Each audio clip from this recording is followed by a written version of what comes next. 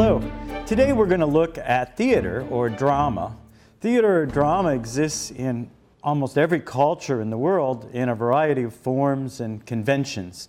Conventions are different things the audience accepts as real. So by examining the conventions of classical, Elizabethan, and modern drama, we'll get an overview of this performance art, how it varies over different cultures and ages. So beginning with classical drama in the 5th to 6th centuries BC, we find Greek tragedy really beginning in a religious celebration of Dionysus. Some of the conventions included chorus, men wearing masks in song and dance, accompanied by a thespis, or a soloist, who was the priest. Notice the word thespis and thespian, the relation here, but the priest of the drama would pretty much lead the storyline, and the chorus would sing in response, so kind of like a call and response similar to modern sermons or church services. The high point of classical drama, we find the great playwright Sophocles and his classic play, tragedy Oedipus Rex, which was later taken by Aristotle as the model of tragedy in his famous work, The Poetics.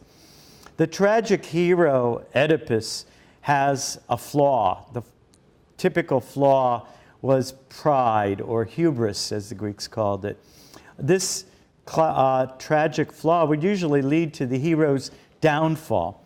Finally, a recognition scene in which the hero would have an epiphany or a realization of his fall would bring about a catharsis, which was kind of an atonement and a punishment scene. In the audience, this brought about what Aristotle described as the purgation of the emotions of pity and fear. It would also show a restoration of the moral law. For the Greeks, this was fate, or one's destiny. This was true for most Greek plays, but when we get to Euripides and his famous play Medea, we find a new, almost chaotic and godless universe where Medea, in jealous rage against her husband, kills her own offspring without really a cosmic order or justice restoring things. Moving into Elizabethan drama, which is a drama of Shakespeare, the great genius of that age, we see some conventions changing. There's no longer a chorus. There's no longer the use of mass. But we still have an all-male cast. There's an importance of elevated language, of poetry, as in the classic Greek drama. Dramatic verse for Shakespeare was done in iambic pentameter, which replicated the natural rhythms of the English language. Some other new conventions added by Shakespeare were the soliloquy and the aside, by which the audience gains special privy to what the actor is thinking. A famous aside in Hamlet was, "To be or not to be?" That is the question. Hamlet spoke this on stage alone to the audience.